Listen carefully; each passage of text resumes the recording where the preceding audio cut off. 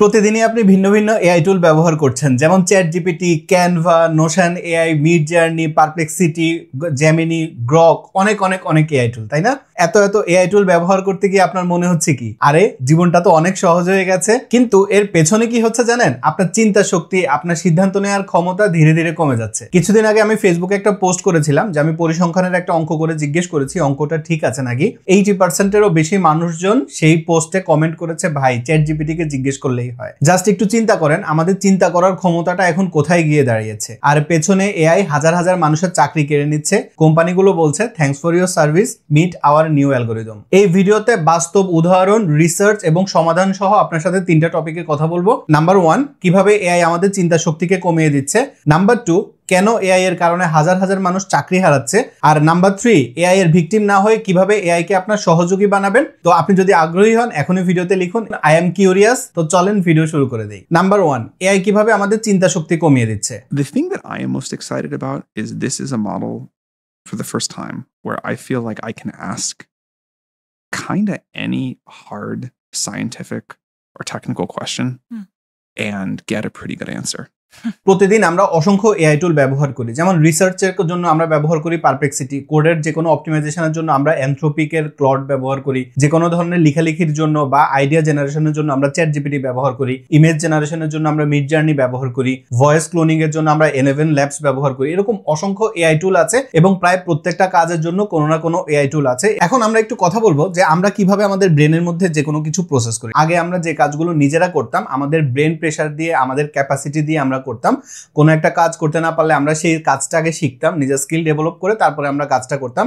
এখন আমরা এগুলো কিচ্ছু না করে আমরা সরাসরি এআই টুলগুলো দিয়ে করিয়ে ফেলছি। এর ফলে আমরা কিন্তু এআই টুলগুলোর উপর অনেক বেশি ডিপেন্ডেন্ট হয়ে যাচ্ছি। এবং আপনি যদি একটু কম্পেয়ার করেন বা একটু যদি চিন্তা করেন, আপনি দেখবেন নর্মালি আপনি যে কাজগুলো প্রডিউস করতে পারতেন বা যে কাজগুলো আপনি করতে পারতেন, এআই টুল থেকে আসা যে কাজগুলো হয়, আপনি যদি এদের মধ্যে কম্প্যারিজন করেন তাহলে দেখবেন কোয়ালিটি অবশ্যই আপনি যে কাজগুলো করতেন সেগুলোর ভালো ছিল এআই টুলগুলোর তুলনায়। ডেফিনেটলি আপনারা যারা ভিডিওটা দেখছেন আপনারা সবাই আমি শিওর 100%ই পড়াশোনা করেছেন এবং কিভাবে একটা জিনিস আমরা মনে রাখি এটা আপনি জানেন। কিন্তু আমাদের ব্রেনে আসলে এই জিনিসটা কিভাবে প্রসেস হয় চলেন আমরা একটু দেখি। তো যখনই আমরা কোনো একটা কিছু শিখতে যাই তখন আমরা সবার আগে কি করি, LEARNING, লার্নিং প্রসেস।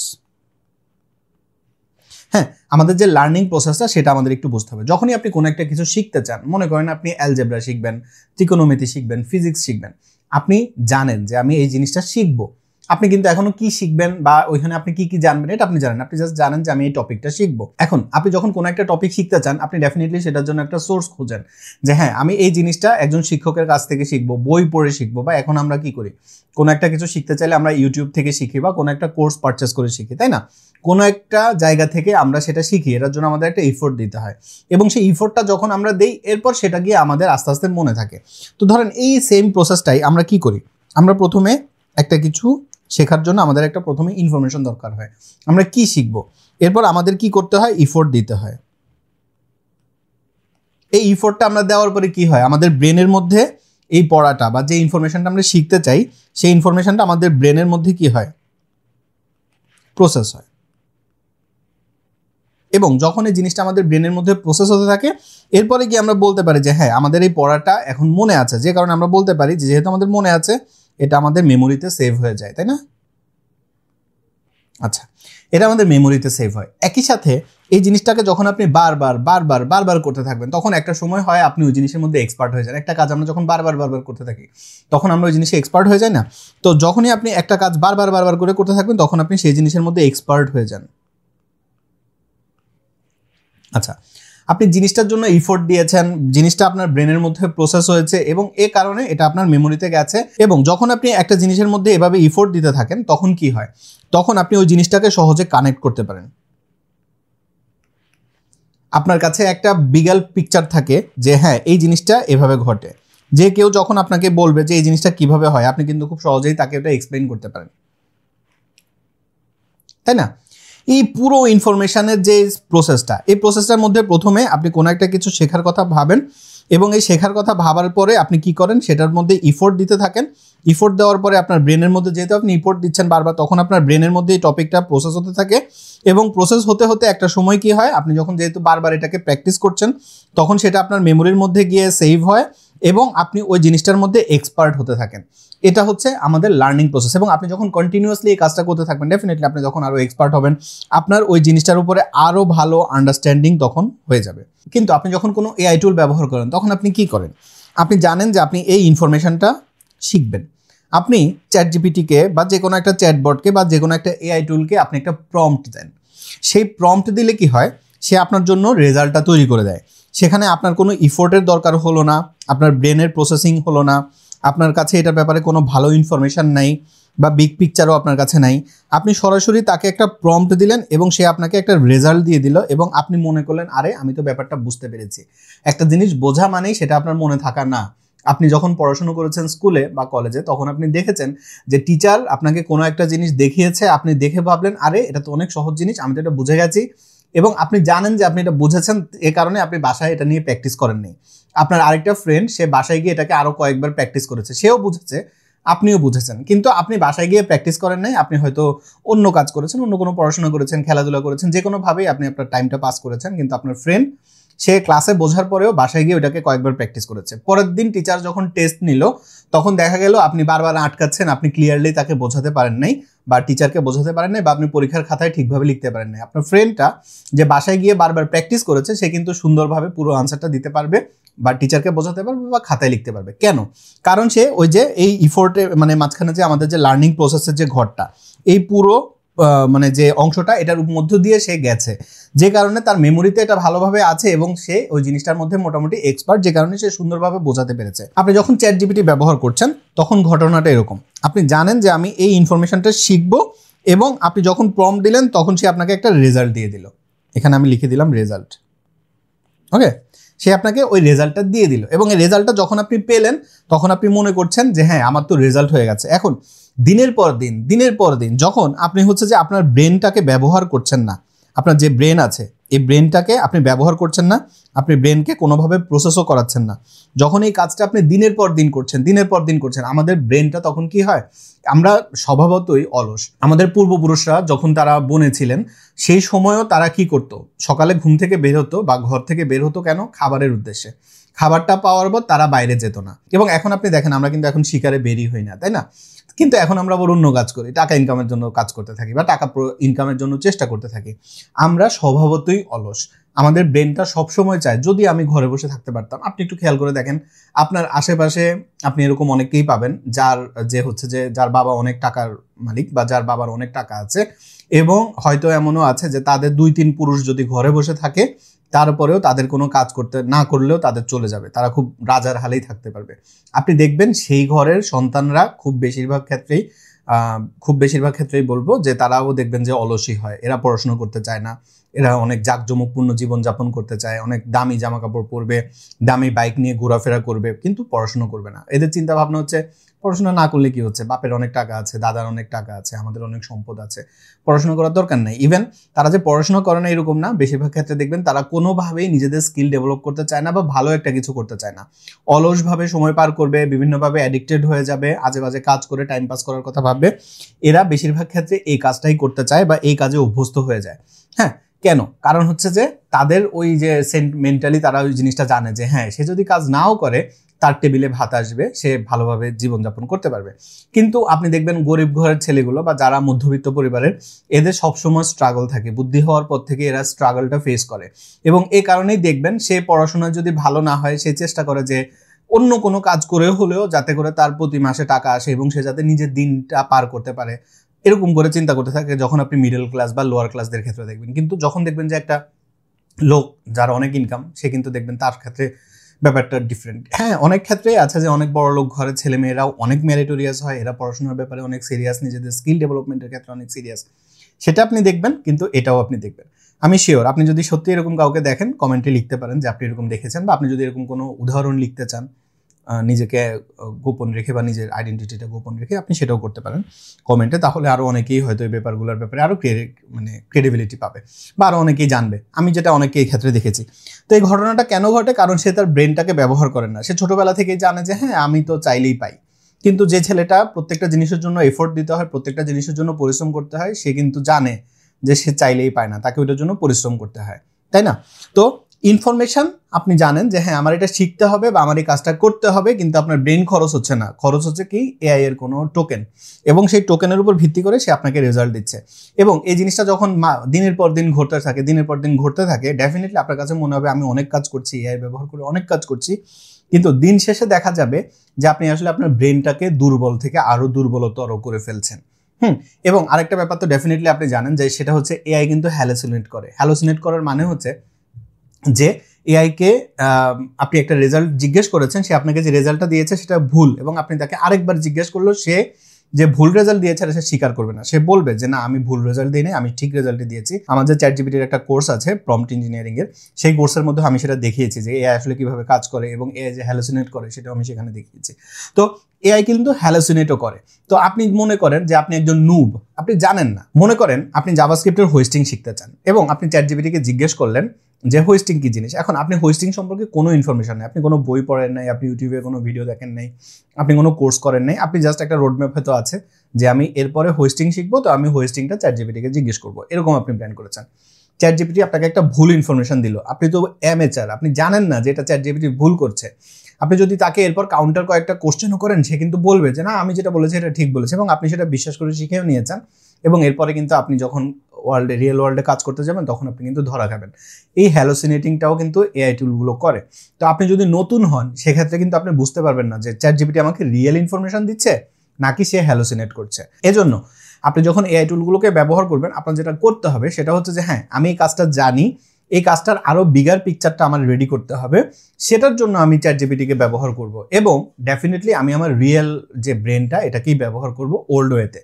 আমরা আগে যেভাবে শিখতাম বই পড়ে, ডকুমেন্টেশন পড়ে, ইউটিউব ভিডিও দেখে, টিউটোরিয়াল দেখে, কোর্স করে, আমরা যেভাবে শিখতাম সেভাবেই শিখবো। যেখানে আমরা আটকে যাব, যে জিনিসটার ব্যাপারে আমার হয়তো একটু কনফিউশন আছে, সেটার ব্যাপারে আমি চ্যাটজিপিটিকে জিজ্ঞেস করতে পারি বা চ্যাটবটগুলোকে জিজ্ঞেস করতে পারি।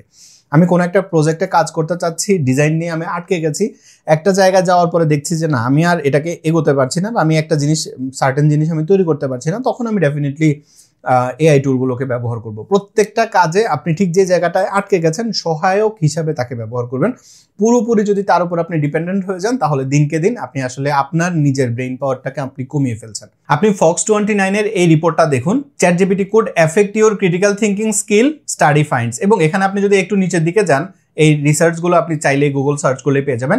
Research determine that 3 groups are users ChatGPT, এবং ইউজার যারা চ্যাটজিপিটি ব্যবহার করছে তাদের মধ্যে পাওয়া যাচ্ছে লো ব্রেইন এঙ্গেজমেন্ট। আপনি যেমনটা দেখতে পাচ্ছেন, শুধু এই একটা পোস্টই না, আমি আপনাকে আরেকটা পোস্ট দেখাচ্ছি, এটাও সেম রিসার্চের উপরেই বানানো, এবং এই রিসার্চটা হচ্ছে আপনি সরাসরি টাইমসের মধ্যে দেখতে পারবেন। যদি আপনি এই পোস্টটা দেখেন, এখানে কিন্তু এমআইটির এই রিপোর্টটা আরো ডিটেইলে বলা হয়েছে যে তারা 18 থেকে 39 বছর বয়সীদের মধ্যে একটা রিসার্চ করেছে, যেখানে 3 টাইপের মানুষদের উপর এই রিসার্চটা করা হয়েছে। কিছু মানুষদেরকে বলা হয়েছে যে তোমরা গুগল সার্চ করে রিজাল্ট নিতে পারবা, কিছু মানুষকে বলা হয়েছে তোমরা চ্যাটজিপিটি বা চ্যাটবটগুলো ব্যবহার করে রিপোর্ট নিতে পারবা, এবং কিছু মানুষকে বলা হয়েছে যে তোমরা নর্মালি যেভাবে রিসার্চ করো সেভাবে রিসার্চ করবা।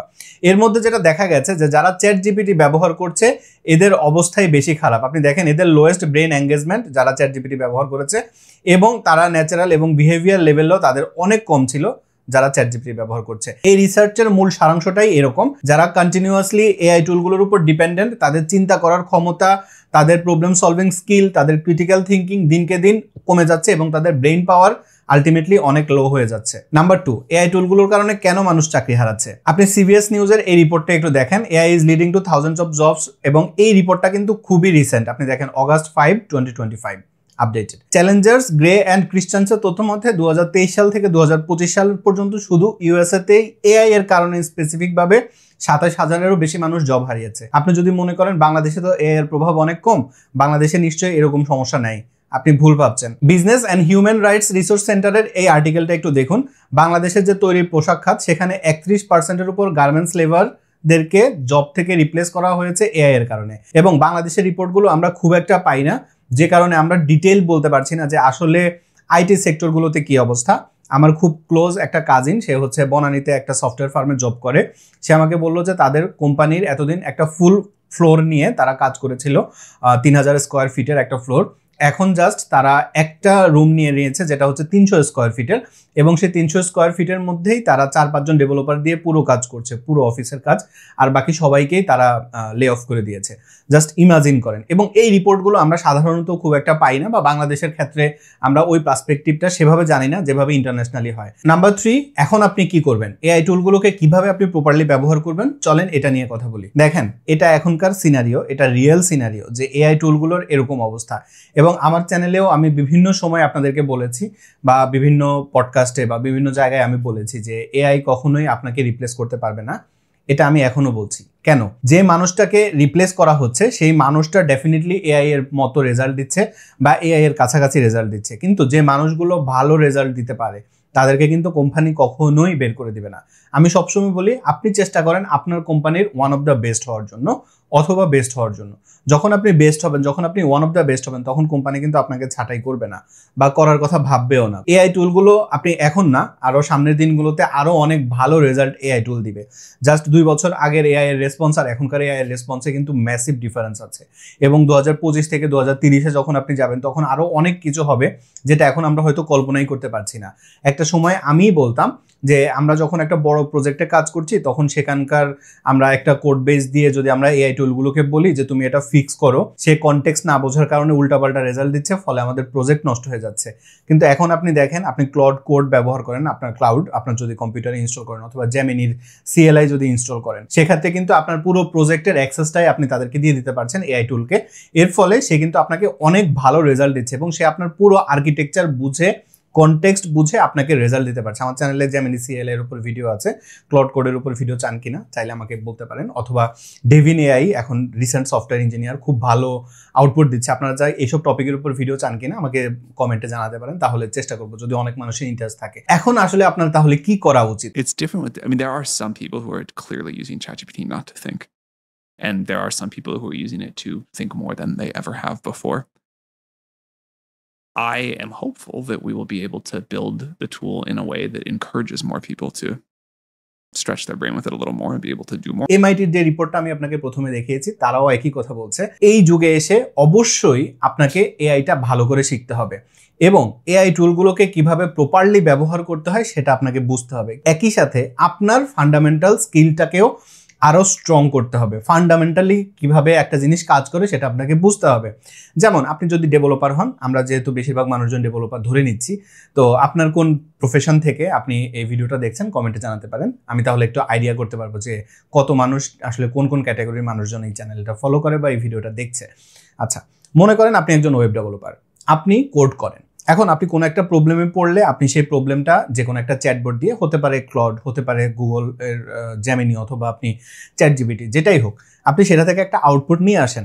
ওই আউটপুটটা আনানোর পর আপনি একটু আউটপুটটা পড়ে বুঝতে হবে যে এখানে প্রত্যেকটা লাইন বাই লাইন কি করা হয়েছে এবং কেন এই কোডটা লেখা হয়েছে। এআই টুলগুলো এখনও অনেক আজে বাজে কোড লিখে, অনেক ব্যাকডেটেড কোড লিখে।